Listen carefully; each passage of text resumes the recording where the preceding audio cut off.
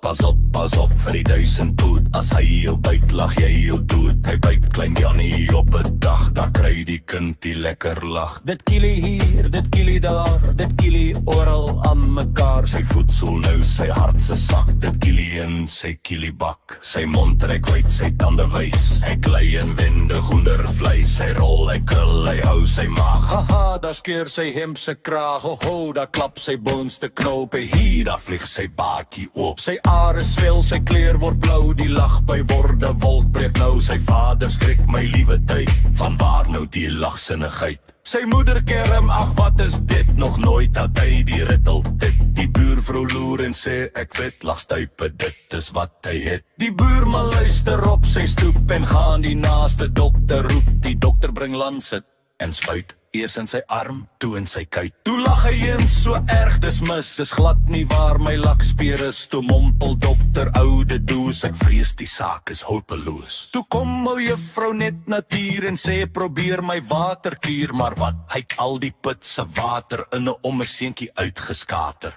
Toe kom die homopathie man, geen siekte of hy weet daarvan. Uit sympathie by Weterkerk, similia similibus. Mevrou sê hy stel u gerus. Ek het al mense in die wandel met ekstrak van verstand behandel. Moet hom 'n grap of twee vertel, dan mag hy van die lag herstel. En spoedig boek, hy's baie moeg, te meer daar hy tot berstens loeg. Ek ken tog nog 'n grap of wat.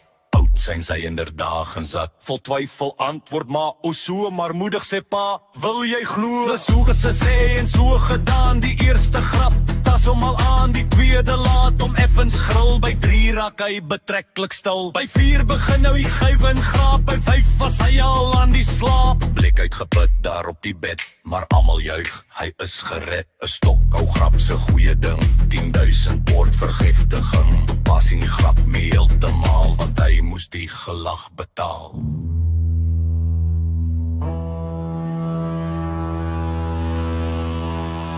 Pas op vir die 1000 poot, as hy jou byt, lag hy jou dood.